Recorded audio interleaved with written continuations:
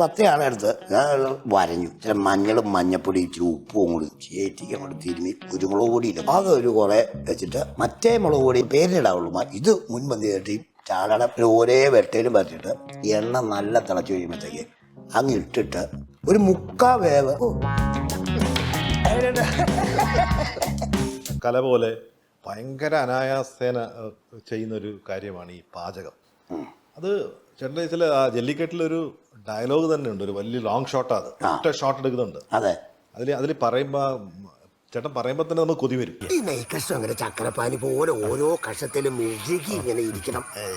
അല്ല തേങ്ങാക്കത്തോലെ ഇങ്ങനെ മെഴുകിലിങ്ങനെ അതാ ഈ ഇറച്ചി കറി അവിടെ കാണുക മെഴുകിലിങ്ങനെ.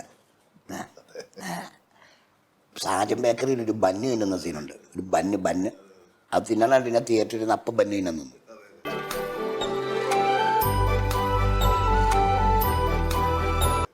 എനിക്ക് തന്നെ കൊതിയൊന്നും ഡബ് ചെയ്തപ്പം സത്യം അല്ല കടിച്ചതിൻ്റെ പാലും തൂലൊക്കെ ഇല്ലേ. പിന്നെ ഈ ഇടയിലൊരു ഇറച്ചിക്കറി ഉണ്ടാക്കി അതറിഞ്ഞാൽ ഒരു ബീഫ്. ഇന്നലെ ഏലപ്പാറ ലൊക്കേഷനിൽ ഇരുന്ന് കഴിയുമ്പോഴത്തേക്കും ഒരു ചേട്ടൻ 2-3 ചേട്ടന്മാർ കലകിയിരിക്കുക.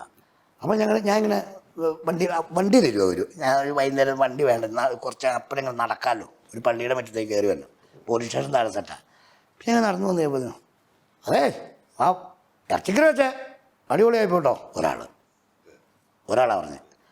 അത് പെട്ടെന്ന് ഞാൻ പെട്ടെന്ന് ചേട്ടാ ഞാൻ ഇറച്ചിക്കറി വെച്ചാൽ അല്ല, ഞാൻ പറയാം നമ്മുടെ ഈ നാട്ടിൽ ചേട്ടനാലോചിച്ചു നീ ഇടുക്കിക്കാരനല്ലേ, ഞാൻ ആ പറഞ്ഞതിൽ നിന്നും എന്തെങ്കിലും മാറിയാണോ നിങ്ങൾ ചെയ്യണേ? അപ്പോൾ പുള്ളി അല്ല ഞാൻ ആ പറഞ്ഞ ഐറ്റംസ് ഇട്ടിട്ടല്ലേ നിങ്ങൾ ഇറച്ചി വയ്ക്കണേ, അല്ലേ നമ്മൾ മാറ്റം വരുത്തുള്ളൂ. ഇതെല്ലാ വീട്ടിലും ചെയ്യണ കാര്യം ഞാനൊരു സ്ഥലത്ത് പറഞ്ഞതേ ഉള്ളൂ. നിങ്ങളുടെ വീട്ടിലും ആ ഇറച്ചിക്കറിയാം, എൻ്റെ വീട്ടിലും അറിയാം. അവർ സമാധാനപ്പെടുത്തി വെച്ചാൽ പോയി. അതിൻ്റെ കാര്യം വെച്ച് കഴിഞ്ഞാൽ അതങ്ങനെയാണ്. 1 കിലോ ഇറച്ചി വയ്ക്കുക പണ്ട് മേടിക്കുന്നത്. 1 കിലോ ഇറച്ചി മേടിക്കും. ഈ 1 കിലോ ഇറച്ചി മേടിച്ച് കഴിഞ്ഞാൽ 2-3 പ്രാവശ്യമായിട്ട് 3-4-5 അംഗങ്ങൾ കഴിക്കണം. അന്നങ്ങനെ ഇച്ചിരിച്ചേ തരുള്ളൂ. വിലയില്ലെന്ന് പറഞ്ഞിട്ട് അന്ന് ആ വില ഭയങ്കര 6-7 രൂപ 1 കിലോയ്ക്ക് എന്ന് പറഞ്ഞാൽ വലിയ വിലയാണ്. ഒരു ദിവസം ഫുള്ള് പണിതാലേ 7 രൂപ മനസ്സിലായി. അപ്പം ആ ഇറച്ചി കൊണ്ടുവന്നിട്ട് ഒരു 4-7 ഉള്ളി, 4 ചുള ഉള്ളി മതി, 4 ആനയുള്ള ഉള്ളി, 2 വറ്റലുകളും അല്ല മറ്റേ പച്ചമുളകും, പിന്നെ ഇച്ചിരി ഇഞ്ചി എല്ലാം ഇച്ചിരിച്ചിട്ടിട്ട് ഒരു കറി വയ്ക്കണം. അത് ചില ഹോട്ടലിൽ കിട്ടും, ചില ആൾക്കാർ ചില നല്ല വീട്ടിൽ അങ്ങനത്തുള്ള കറി കിട്ടും. അത് ശകലം മതി, അത് കഴിക്കാനും അത് മതി, ഇച്ചിരി മതി, അങ്ങനെ വയ്ക്കാവുള്ളൂ. അല്ലാതെ 1 കിലോ ഇറച്ചി മേടിച്ചിട്ട് 1.5 കിലോ സവോള അരിഞ്ഞിട്ട് അതിനെ മതിരിച്ച് ആ ചപ്പ് എൻ്റെ ഇറച്ചി തപ്പുമല്ലേ, എൻ്റെ കുറ്റവും ഇറച്ചിയില്ല സവോള മാത്രമേ അങ്ങനെ എല്ലാം ഇടരുത്. നമുക്ക് ന്യായമായിട്ട് ഇടുകയാണെങ്കിൽ അതിനൊരു ഇറച്ചിയുടെ രുചി ഉണ്ടാവും. ഇറച്ചിയുടെ ഇതെല്ലാം പാകപ്പെടുത്തി വെച്ചതിന് ശേഷം ശകല ഉലുവ എടുത്ത് ഇച്ചിരി വെളിച്ചെണ്ണയിൽ അങ്ങ് പൊട്ടിക്കണം. ഇച്ചിരി ഉള്ളി എടുത്ത് അരിഞ്ഞ് ഇറച്ചി ഉലുവയും ഇതും കൂടെ പൊട്ടിച്ചിട്ട് ഇറച്ചിയോട് മറിക്കണം.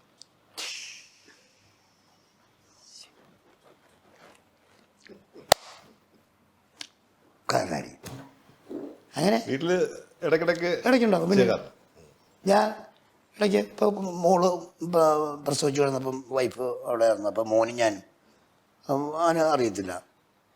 അപ്പം ഞാൻ ഉണ്ടാക്കും, വീട്ടിലൊക്കെ ഉണ്ടാക്കുന്നേ. പിന്നെ അല്ലാതെ ഒന്നുമല്ല, വീട്ടിൽ ഇപ്പോൾ മണി ഉണ്ടായിരുന്നപ്പോൾ മണി ഞങ്ങളൊരു സ്ഥലത്ത് ചെന്ന് കഴിഞ്ഞാൽ മണി മീൻ കറി വെച്ചാൽ ഞാൻ ഇറച്ചിക്കറി വയ്ക്കും. ഇറച്ചിക്കറി പുള്ളി വയ്ക്കാൻ പുള്ളി മോര് ഐറ്റംസ് ഉണ്ടാക്കും. പുള്ളി വേറെ സാധനം ചമ്മന്തി.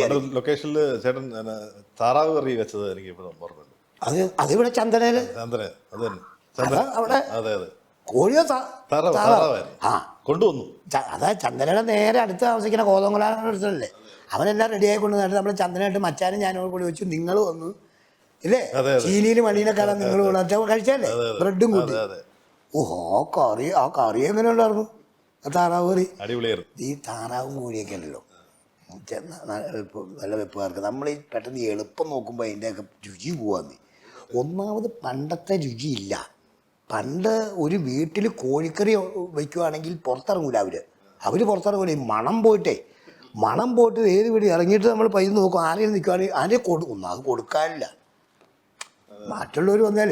പിന്നെ വേറെ സാധനം അങ്ങനെയുള്ള ചില വില്ലന്മാരുടെ ഈ മണം കേട്ട് ചുമ്മാ എന്നാണ് ചേട്ടൻ പറഞ്ഞാൽ ഇത് വിളമ്പി തിന്നുന്നോലെ വീട്ടിൽ ഇരുന്ന് അത് ചില മേടിച്ച് തിന്നിട്ട് പോലെ ആൾക്കാരുണ്ട്.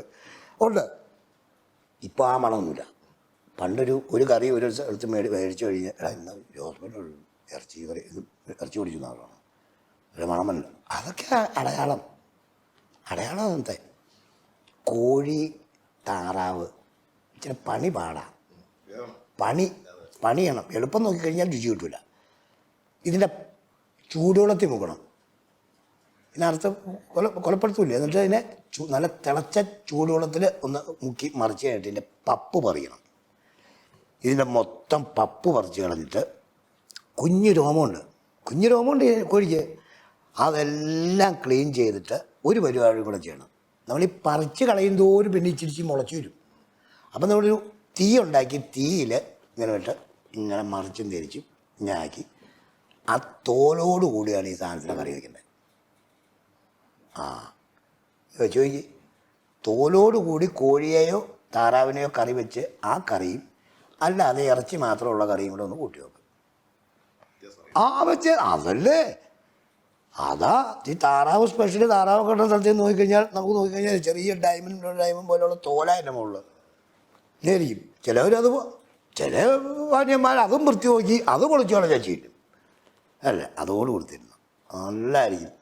അതുപോലെ പെടക്കോഴിയും കറി വയ്ക്കണമെന്നാണ് പറഞ്ഞത്. താറാവിനെയും പെടക്കോഴിയിലും എന്നാ പറയുമോ, അതിന് വേറെ ഒരു ടേസ്റ്റ് ഉണ്ട്. അതിൻ്റെ ഈ മുട്ട നെയ്യില്ലേ, മുട്ടപ്പാട, അതിനകത്ത് മുട്ടയിടാറായ കോഴി, മുട്ട ഇട്ടുകൊണ്ടിരിക്കുന്ന കോഴിയൊക്കെ എന്ന് പറഞ്ഞാൽ അതിൻ്റെ ഇറച്ചിക്ക് രുചിയാണ്. അതെ, പൂവിനേക്കാളും ഇതെങ്ങനെ ഇതിനോടുള്ള താല്പര്യം വന്നത്? അല്ല, ഇത് ഉണ്ടാക്കുമ്പോൾ ക്രൈസല്ലേ. എനിക്ക് അത് തന്നെയല്ല. നമ്മളിപ്പോൾ ഞങ്ങളുടെ ഗ്രൂപ്പൊക്കെ ടൂറൊക്കെ പോകുമ്പോഴേ എല്ലാം നടന്മാരാണ്. ഇപ്പം പാലക്കാട് ഷാജൂണ്, നവാസ് നമ്മുടെ അടുത്ത് നിന്ന് പോയി പാവും. അടുത്ത ദിവസം അവൻ്റെ ഒരു അനുശോചന പരിപാടി നടക്കുക. ഷൂട്ടിൽ നിന്ന് പോകാൻ പറ്റുമോ, ഞാൻ ഒരു ആശംസയൊക്കെ പറഞ്ഞിട്ട് വന്നിട്ടുണ്ട്. ഞങ്ങളങ്ങനെ കുറേ പേര് ഇങ്ങനെ റഹ്മാനക്കൊക്കെ ഉണ്ട്, എല്ലാവരും നിർമ്മൽ പാലാഴി എല്ലാം ഉണ്ട്. നസീറിൻ്റെ കുട്ടിക്കാലത്തെ കോട്ടയിൽ 4 കിലോ ചാള കൊണ്ടുവന്നു. വെട്ടി ഒരുക്കിയ ചാള തെങ്ങണേന്ന് മേടിച്ച് പറഞ്ഞു കൊടുക്കും.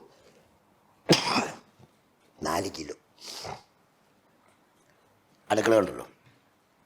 ഒരു വർത്തമാനം പറഞ്ഞ ആശയൊക്കെ ഇങ്ങനെ ഒരു സിനിമയുടെ കാര്യം പറഞ്ഞുകൊണ്ടിരിക്കണം. അപ്പം ഞാൻ അവിടെ നിന്നിട്ട് ചാള കൊണ്ടുവന്ന് വെച്ചേക്കുക, എന്തേലും ചെയ്യേണ്ടത്. 4 കിലോ ഇപ്പോൾ നടപടിയില്ല.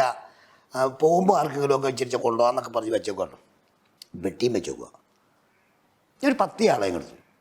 ഒരു 10 ആളെ എടുത്ത് ഒരു വർത്തമാനം നടക്കണു. ഞാനെന്തോ പണിയുന്ന ഒരു നടക്കുന്നുണ്ട്. ഞാൻ വരഞ്ഞ് ചില മഞ്ഞളും മഞ്ഞപ്പൊടി ഇച്ചിരി ഉപ്പും അങ്ങോട്ട് തിരുമി ചേറ്റിക്ക് അങ്ങോട്ട് തിരുമി. കുരുമുളക് പൊടിയില്ല, കുരുമുളക് പൊടിയല്ല ശരിക്കും, പച്ചക്കുരുമുളകില്ലേ. മീൻ വറക്കാൻ ഏറ്റവും ഫസ്റ്റ് പച്ച കുരുമുളക് തിരിയോടുകൂടി പറിക്കണം, പച്ച മൂത്തത്. അതൊരു കുറേ വെച്ചിട്ട് മറ്റേ മുളക് പൊടി അങ്ങ് മാറ്റണം, ശകല പേരിനിടാവുള്ളൂ. ഇത് മുൻപന്തി കയറ്റി ചാളയുടെ ബൈക്കിൽ കൂടെ അങ്ങോട്ട് പരട്ടണം. ഇങ്ങനെ ഒരേ വെട്ടയിലും പരത്തിയിട്ട് എണ്ണ നല്ല തിളച്ച് കഴിയുമ്പോഴത്തേക്ക് അങ്ങ് ഇട്ടിട്ട് ഒരു 3/4 വേവാകുമ്പോൾ മുരുന്ന് കരിമുരുന്നാക്കി കളയരുത്. കടിക്കുമ്പോഴേ കരാമുരാന്നാക്കി കളയരുത്, അതിൻ്റെ രുചിയൊക്കെ പോയി. ഒരു 3/4 വേവ് 4 കിലോ ചാള തിന്ന് തീർത്തേക്ക് മതി.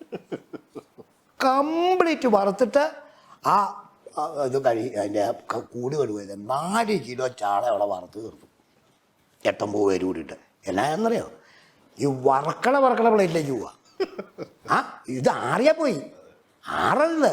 ആറാതെ ചോറിനൊരു 4 ചാള 5 ചാളൊക്കെ ഉണ്ടല്ലോ. അടി പോവും. 5-6 ചാള തന്നെ എല്ലാം മരുന്ന്. 4 കിലോ ചാള എന്ന് പറഞ്ഞാൽ കൂടി വരുന്നത് 4-32. 4-2-8 80 എണ്ണമൊക്കെ ആണുള്ളൂ. 80 അടിച്ച് ചേർത്ത്. അപ്പം നല്ല ടേസ്റ്റിൽ നമ്മൾ എല്ലാ സാധനമൊക്കെ ഇട്ട് ആവശ്യമില്ലാത്ത സാധനമൊക്കെ അരച്ച് തേച്ച് അതിൻ്റെ രുചി. ഇപ്പം കോഴിക്കോട് അമ്മ ഹോട്ടലിലെ ചോറിനും മറ്റുള്ള കറിക്കും ഒന്നും വേറെ ഹോട്ടലിൽ നിന്ന് വ്യത്യാസമില്ല. മലക്കറി, ആ കറി ഇതെന്ന് പറഞ്ഞിട്ട് ഇച്ചിരി മീൻചാറും ഒക്കെ തരും. ആ മീൻപൊടിയും ആ മീനിൻ്റെ ഒരു കഷ്ണവും ആണ് വില്ലേജ് ഓഫീസർ വരെ ചെന്ന് ക്യൂ നിന്നാണ് മേടിച്ചിട്ടുണ്ട്. ശരിയല്ലേ ഇല്ലേ? ചില ഹോട്ടൽ എടുത്തിട്ടില്ലേ, ഞാൻ പറയും മറ്റേ ആ ഹോട്ടലിൽ നിന്ന് മേടിക്കട്ടോ, അടുത്ത ബീഫ് അല്ലെങ്കിൽ മറ്റേ കോഴി വെടിക്കണ്ട. ഒരു സാധനം ഹിറ്റായിരിക്കും. ഒരു ഹോട്ടലിൽ, ഏതെങ്കിലും ഒരു ഹോട്ടലിൽ ചിലപ്പോൾ ഇപ്പം പറഞ്ഞില്ലേ താഴത്തെ കട ചമ്മന്തി, ആ ചമ്മന്തി ഒന്ന് നോട്ട് കഴിക്കാൻ പിന്നെ അവിടെ നിന്ന് ഇറങ്ങില്ല. അവിടുത്തെ മോരും നല്ല പഴകിയ മോരില്ല, നല്ല പഴകിയ കറിവേപ്പിലയും ഉള്ളി ചതച്ചിട്ടിട്ട്, കറിവേപ്പിലൊക്കെ വാടി കിടക്കും മോരിനകത്ത്. ഇച്ചിരി ഉപ്പുണ്ടാവുക, ചോറിന് ഒഴിക്കാൻ തന്നെ. ആ ചോറും ഇതുകൊണ്ടേ ഉള്ളൂ. ഓ എങ്ങനെയുണ്ട്? ആ